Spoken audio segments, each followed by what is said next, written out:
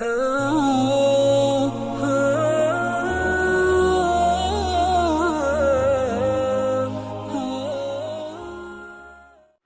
جو ہے بہت مشہور ہے کہ بھئی اگر ہر چیز کا کوئی نہ کوئی سبب ہے تو پھر خدا کا سبب کیا ہے؟ And who then created؟ اگر ہر چیز کو خدا نے پیدا کیا تو خدا کو کس نے پیدا کیا؟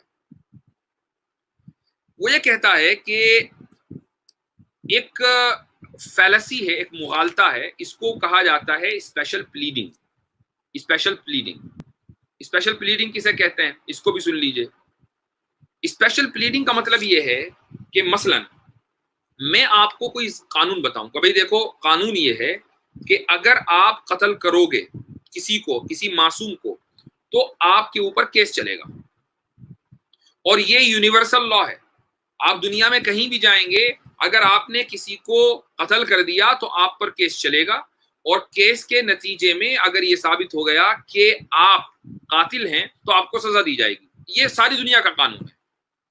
اس کے بعد میں یہ کہوں لیکن اس سے میں مستثنا ہوں، میرے اوپر یہ قانون لاگو نہیں ہوتا۔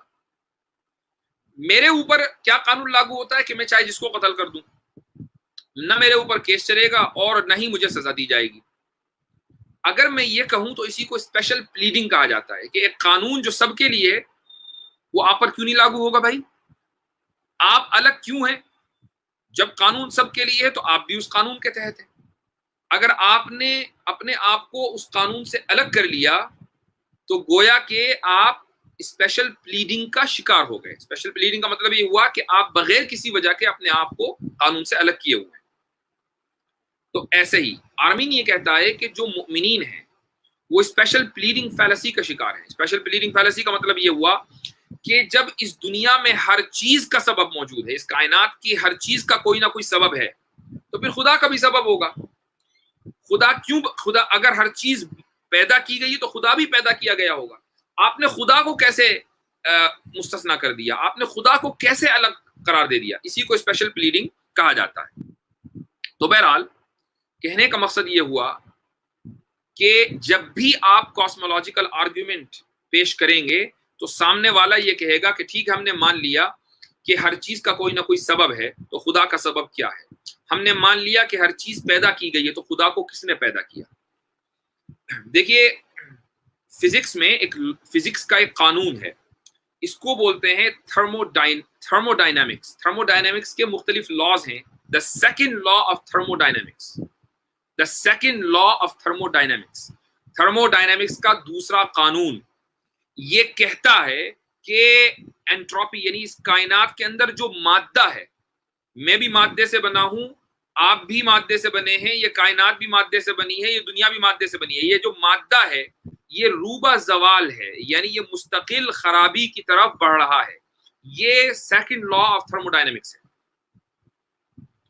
اس سے کیا ہوگا؟ ایک وقت ایسا آئے گا کہ اس کائنات کو جتنی ہیٹ کی اور انرجی کی ضرورت رہے گی وہ ہیٹ ختم ہو جائے گی۔ اسی کو کہا جاتا ہے فزکس کی زبان میں دا بگ فریز، یعنی یہ کائنات ختم ہو جائے گی، یہ کائنات سسٹین نہیں کر پائے گی۔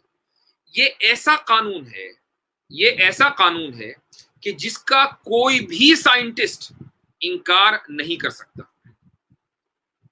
کوئی بھی سائنٹسٹ انکار نہیں کر سکتا۔ سائنس کی زبان میں یہ کفر ہے، یعنی اگر کسی سائنٹسٹ نے یہ کہہ دیا نا کہ میں تھرموڈائنامکس کو نہیں مانتا، تو سائنٹسٹ کے نزدیک وہ کافر ہے۔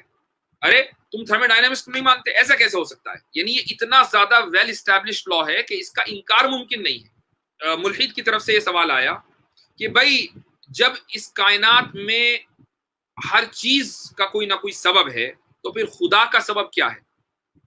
اس کا جواب میں آپ کو مختصر بتا دیتا ہوں۔ جب آپ نے وہ اصول سمجھ لیا تو اس کا جواب میں آپ کو بتا دیتا ہوں۔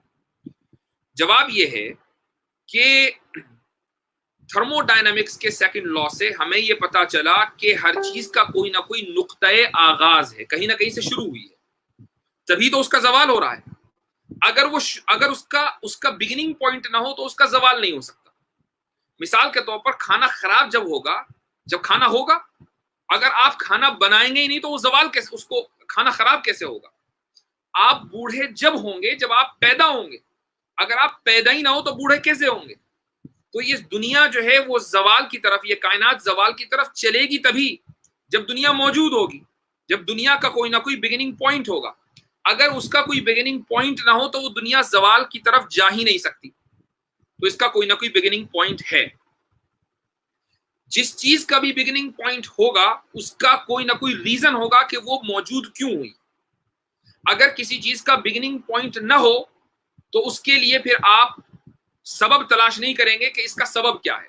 سبب تلاش اسی چیز کا ہوگا جس کا کوئی نہ کوئی بگننگ پوائنٹ ہے۔ اس کائنات کا بگننگ پوائنٹ ہے، یہ فزکس نے ثابت کر دیا۔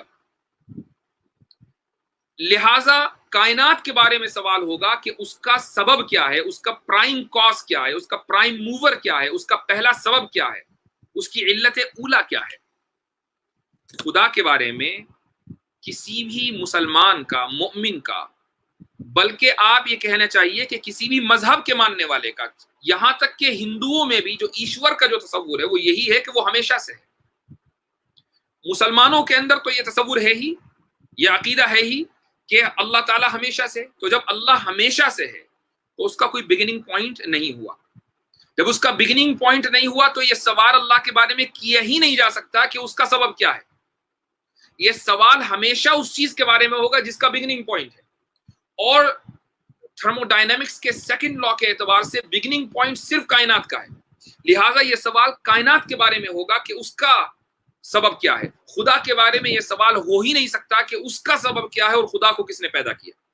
ٹھیک ہے، یہ ان کے اعتراض کا جواب ہوا۔ لہٰذا یہ جو آرمین نوابی نے الزام لگایا کہ مذہب والے ہپوکریٹس ہوتے ہیں چونکہ وہ اسپیشل پلیڈنگ فیلسی کا شکار ہیں، کہ وہ ایک رول بناتے ہیں ساری دنیا کے لیے پھر اپنے خدا کو اس سے الگ کر لیتے ہیں، تو اس کا جواب یہ ہے کہ اسپیشل پلیڈنگ کا شکار ہم اس وقت ہوتے جب ہم اس پوری کائنات کو بنانے کے بعد، کائنات کو ماننے کے بعد یہ کہتے کہ نہیں جی پوری کائنات جو ہے وہ تو اس کا تو سبب ہے، لیکن جو جوپیٹر جو پلانٹ ہے اس کا کوئی سبب نہیں ہے۔